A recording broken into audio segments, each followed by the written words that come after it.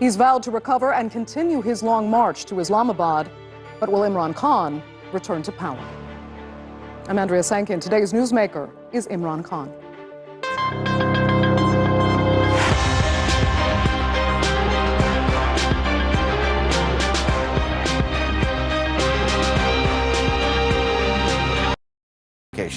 President Recep Tayyip Erdogan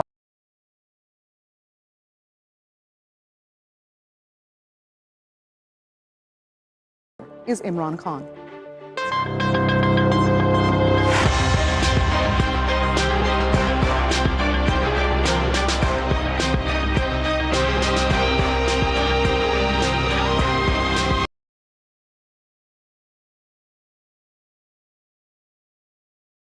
Rungs of power in Pakistan.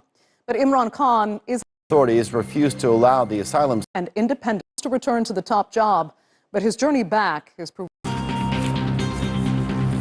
The Newsmakers is coming up next year on TRT World. Just stick around.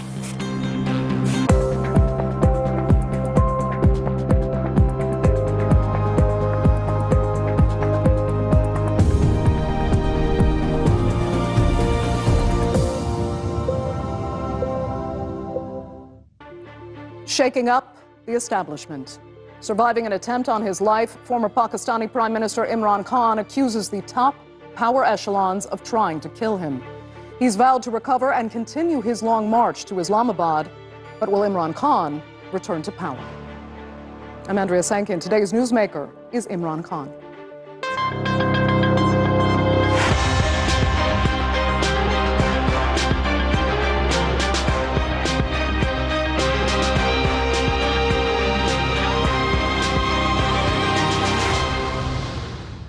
He conquered the sporting world and reached the highest rungs of power in Pakistan. But Imran Khan isn't done yet. The charismatic politician wants to return to the top job, but his journey back is proving challenging, to say the least. Last week, while leading a march from Lahore to Islamabad demanding a snap election, Khan was attacked by a gunman.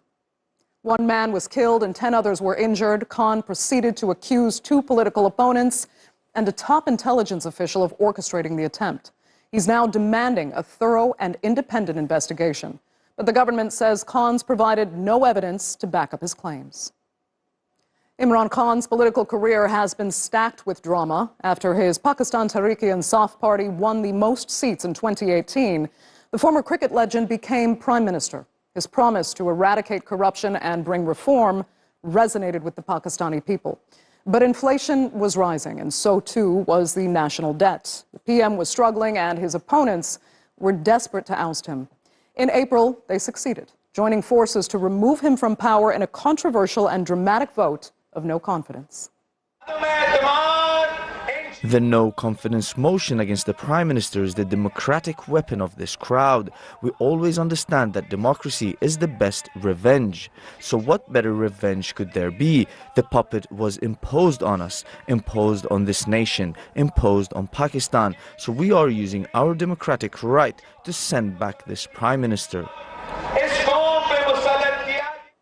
Well, despite his ouster, Imran Khan still enjoys huge support. He rallied thousands to the streets demanding a snap election, but soon he was facing terrorism charges. Those were later dropped. But last month, the Election Commission found the former PM guilty of selling gifts received from leaders of friendly countries.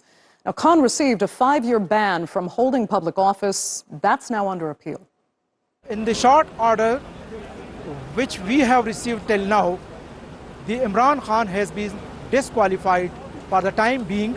Now it is up to him to file appeal before the Honorable Supreme Court, and the main decision will again come from the Supreme Court that for which term he is disqualified. So it will be seen at later on stage.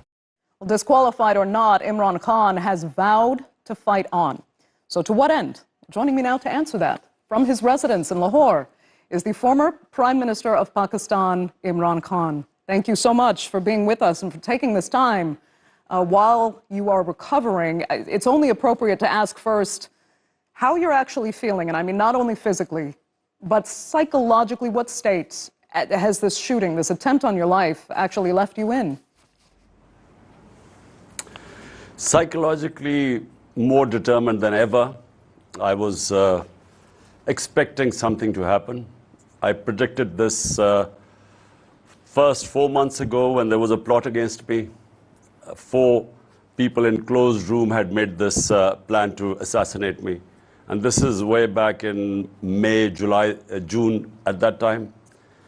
And because they were very powerful people and because I had exposed the plot, then the next plot came in, which is when they got me.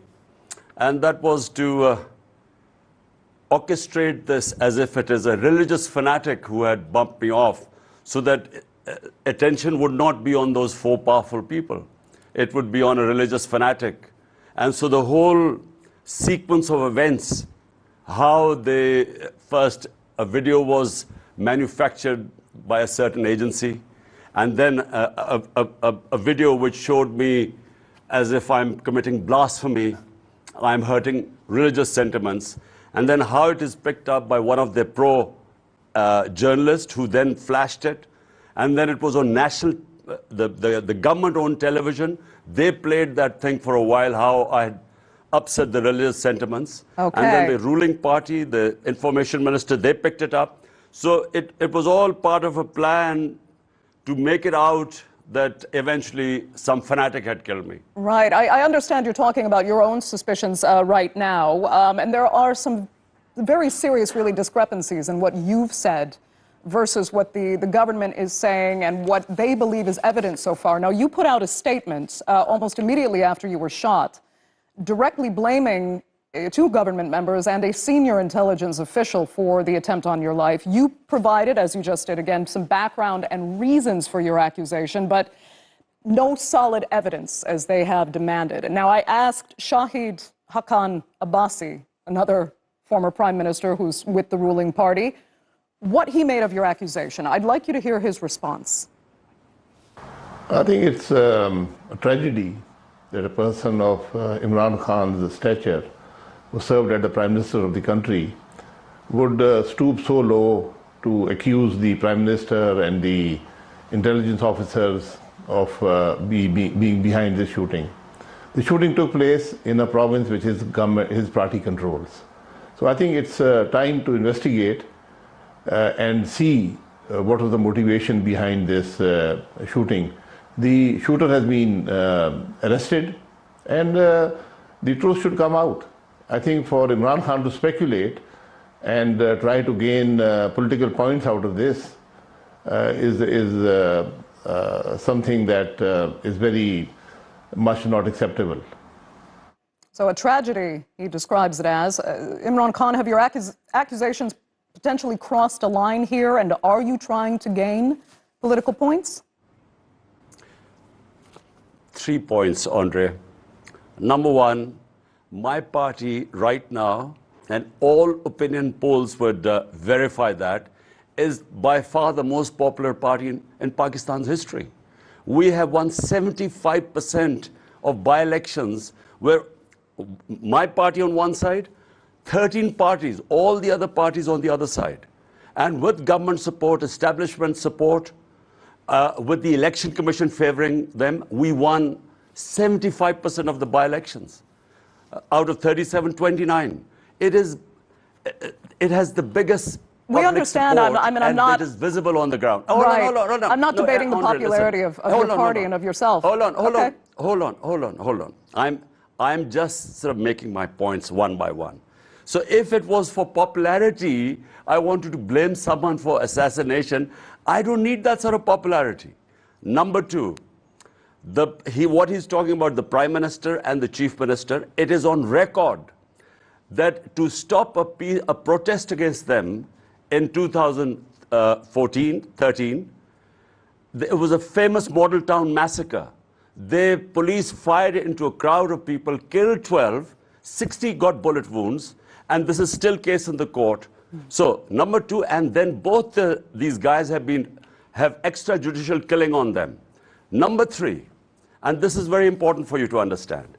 On the 24th of September, I actually went into a public rally and gave the script of what was going to happen to me 6 weeks ago, where point by point I said that first, these statements that I had committed blasphemy. Then they would be picked up by the government-owned media, government ministers. Then they would start, the PTV, Pakistan Television, for 4 days they ran this thing that I've committed, offended religious opinions. And the whole idea behind was to have eventually in the name of a religious fanatic, have me assassinated. So this was predicted. I went on 2 programs before that. So this is not new. And so, you know, for him to say that I made these allegations, I want to have an independent investigation into it so that we can give the sequence of events, what happened. And then the cover-up that has followed over. There's been a cover-up since the attempt on. And I want to ask you more about the investigation in just a second. But before we go too far, I just have to ask this detail. I mean, you've described repeatedly how you knew this was going to happen. You knew there would be an attempt on your life, and you knew who would be behind it. Why have you refused then to speak behind bulletproof glass, for example? Doesn't it just seem reckless? Don't you owe it to your supporters to keep yourself safe? Look, Andre, the people who were behind this, and in fact, the 4 people who first initially planned it, and now these 3 people, this taking refuge behind a religious fanatic, they are powerful enough that if you plan to have bulletproof or something, they have other ways and means of blowing you off. So, you know, I figured out that, look, I was kept. And throughout the 5-6 months I've been campaigning, there were consistent warnings that they're going to hit you in certain place, or if you do this rally, your life is in danger. I had these were written warnings given by this administration. Now, I was left with a choice.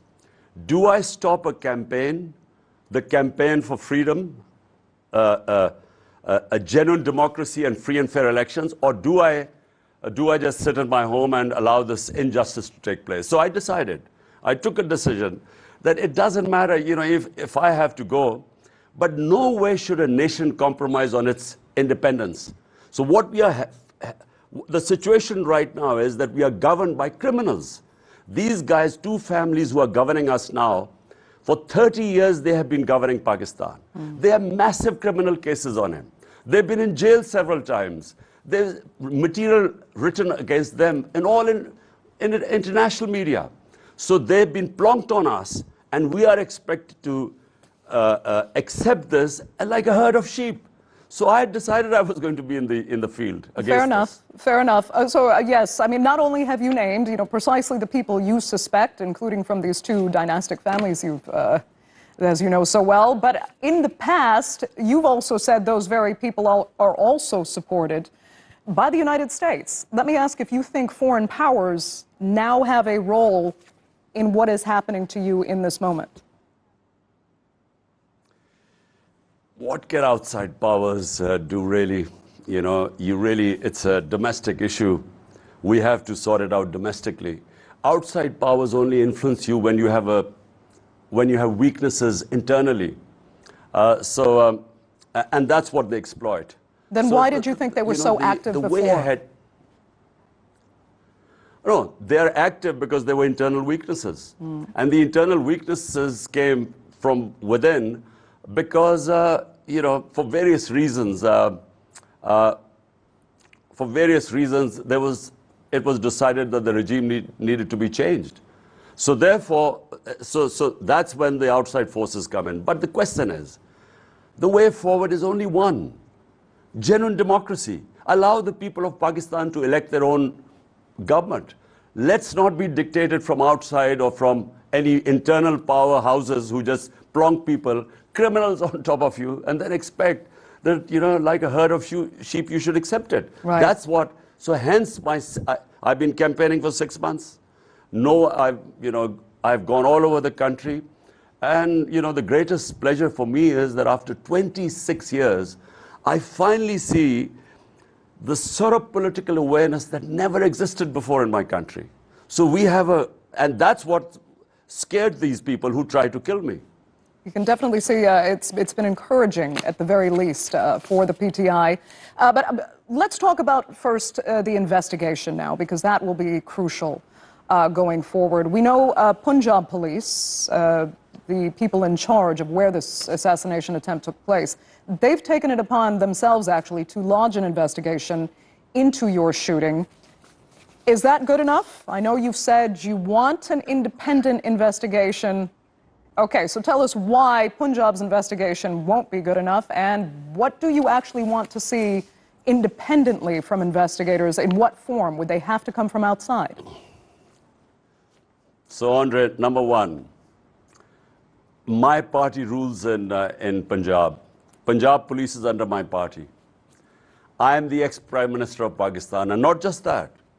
I am the head of the largest political force in this country. And I could not get a case registered against these three people who I know were involved in this. I know it. And whenever there is a proper investigation, starting from who released the video and the people subsequent of events that followed, I know exactly that these three people will be implicated. Now, imagine that my party rules Punjab. We could not get the Punjab police to register cases against these three guys because it was for investigation. So, if in the investigation they turn out to be innocent, fine. But at least it's my right. They almost killed me. I mean, it was a death trap where they, which I survived. So at least I should have the right to decide that whose motive was it to get bumping off. And we could not register a case against these three guys. The Punjab police refused. So who do you want now coming in? Who is controlling Punjab police? Okay, I do get your point. So who should be coming to investigate? Who is controlling? Who will not be influenced by any political powers? So it was a very genuine request that if these three people are involved, all the investigative agencies in Pakistan are under these three individuals. Now, how do I get justice when these three people are sitting up there? They're not going to allow justice. And what happened, Andre, since the shooting, the way the whole case has been handled, 20 minutes later, this guy appears and says, I shot him and I'm all alone. How did he appear on TV? Who brought him on television? The police is not allowed to, unless a proper investigation is done. So all I'm asking is very simply, who would do that proper investigation? You want the United Nations to come in? Well, in Benazir Bhutto's case, the United Nations came. I think UN sent someone. It doesn't work. Really, what we need is the Chief Justice of Pakistan. He's got to be more assertive. Look, this is a question of rule of law. My whole struggle for 26 years has been movement for justice. Justice is everyone is below the law. Now, quite clearly that if I, as the head of this party ruling the province, if I cannot get these three powerful individuals to at least have investigated, the police would not register a case, means they're above law. It means that there are two laws in Pakistan, one for the powerful, the other for the weak. And if I can't register a case against them, now imagine what is the situation of a common man here. When he comes up against the powerful, he has no justice. So this whole movement for genuine freedom, we call it, genuine freedom comes with rule of law. It's justice that gives human beings freedom, their rights. This is, the struggle for 26 years, and it goes on. Okay, so you want the Chief Justice of Pakistan. That's a powerful message. You want him to be, at the very least, more assertive in this. Because, yes, Pakistan does have a history of some investigations into very important deaths really leading to nowhere. And you mentioned, of course, Benazir Bhutto. Also, it's very interesting you're talking about the gunmen that they have said, and they said gunman. You have been very insistent that gunfire came from several directions, not from one person. Yet, in the report that's been filed, there is only a single gunman, from what I understand, being investigated. Well, in the cover-up, who's trying to cover this whole thing up, it fits in their narrative that this was a religious fanatic. And by the way, he was not a religious fanatic, because social media is so active these days. They went and interviewed all the people around him, the neighbors and everyone, and this guy didn't even say his prayers for Forget about him being a religious fanatic. But he was trained in shooting. And so what happened was that this guy would have killed most of, the 3 or 4 people on top, because he was only a few feet away, and he fired a burst. But as he was taking his gun out, one of the a person in the crowd, and you can see it in the video, when he saw him taking the gun out, he put his hand on the gun, so the burst, rather than hitting us on the top body, as it went down, it hit us on the legs. So as it hit us on our legs collapsed. So as I was falling, and this is exactly the situation, the guy on my left, because the bullets hit us on our legs, we had this hail of bullets go over our head. So there was a shooter in front. There was a guy, this guy who's been caught. But there was another guy, because another burst of gunfire came, and we had bullets going over our heads as we were falling. Had we not fallen, this other guy would certainly have got us. So there were definitely 2 shooters, some said 3. Most of the people on the container saw the fire from the front. Tonight we should have forensic report. And if it has not been altered, because here there's a deep state that controls everything. So like they would not allow the police to register a case because it was some intelligence officer, a Major General Faisal. So they wouldn't register a case because of him. Okay. So what will happen now? Will they alter the forensics? We will get a report tonight. And we know, all of us know, that there were firing came from 2 sides. Okay. I look forward to hearing that forensic report, the results of that. But let's look forward now. You've said you're going to return to the Long March. And I want to look at something you said before, because you're getting closer to Islamabad, where this is all supposed to culminate. You had said about the Long March that this is a revolution, but you asked specifically, will it be a soft one through the ballot box or a destructive one through bloodshed? What do you mean by that? Because some might read that as you're actually threatening war if you don't get your way. Andre is someone who started from scratch. I started politics 26 years ago with no political figures, with no big names, with no family in politics. Because in Pakistan, it's family politics. It's either Sharif or Bhutto or feudals. I started from zero. And I gradually built up this movement. And I only built up the movement because eventually the public started joining me. And so it was a first genuine public movement. It took 20 years for me to 22 years, to finally win the election. Now, in the last 6 months, what I have witnessed, Andre, whenever a government has been removed in the past, people distribute sweets, people celebrate. This was the first time in our 75-year history. When I was removed, the next day, millions of people came on the street protesting against my removal. Millions came out. It's never happened in Pakistan before. And secondly, what happened? Not that they expected that it was a temporary thing, the movement would die down. It has grown.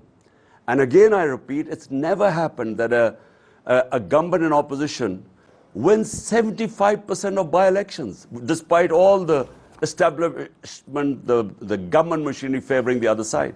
And all parties on one ticket fighting against it. So it was me against all the rest of the parties. So already the revolution is on the ground. People want to change. Social media has changed people. They clamp down on journalists. They clamp down on media. One of our greatest, I have to say, one of the best investigative journalists in the world, Arshad Sharif, because he was exposing this regime change and this conspiracy, he was hounded out of Pakistan. His life was threatened.